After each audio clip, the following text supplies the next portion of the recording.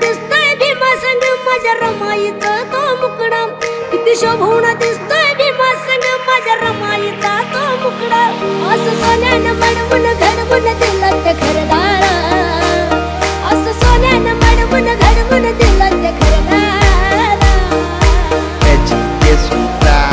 नाही फिटता फिटणार माझ्या रमाईचे उपकार, नाही फिटता फिटणार माझ्या रमाईचे उपकार, नाही फिटता फिटणार माझ्या रमाईचे उपकार.